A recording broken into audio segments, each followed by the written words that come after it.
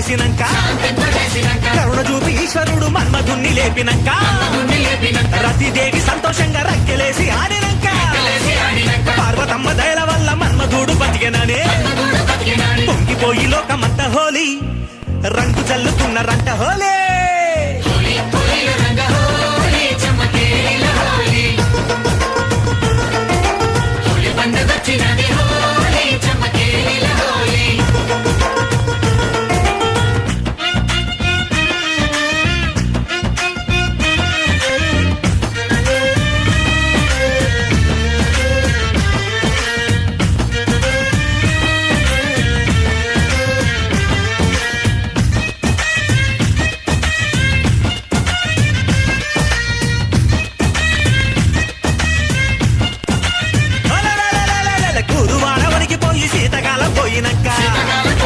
చిత్రమైన చైత్రమాసం చిత్రాలెన్నో చేసే వేళ మోళ్లలాగా ఉన్న చెట్లు పచ్చనాకు చీరగట్టే ఏటవాలు తీగలన్నీ పూల రైకలేసుకుంటే మావి చిగురు పొంచేసి వాసంత ఋతువు అంటూ కూసింత సిగ్గుతోని కోకిలమ్మ పాడే వేళ పొంగిపోయి మనము ఇంకా హోలీ రంగు జల్లుకుంటే మనది హోలీ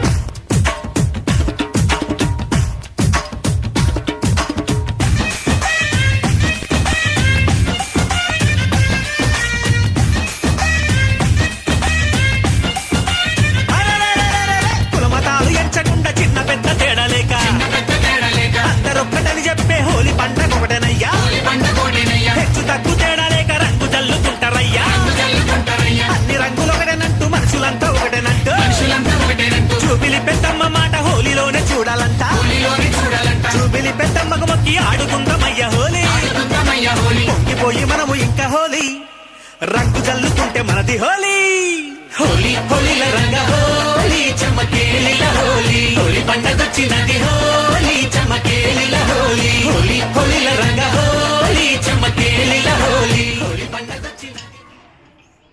రంగుల పండుగని మనం కెమికల్స్తో కాకుండా రసాయనాలు లేనటువంటి పండుగను జరుపుకుందాము, పర్యావరణాన్ని రక్షించుకుందాము. మోదుగ పువ్వులతో వచ్చిన కలర్తో కానీ, లేకపోతే కుంకుమ చెట్టు, బీట్రూట్ లాంటి, లేదంటే మెహందీ కలర్, గోరింటాకుతో వచ్చిన రసాలతో కానీ చేసిన కలర్స్నే వాడదాము, ప్రకృతిని రక్షిస్తాము. విద్యార్థులకు కూడా అదే చెప్తాము.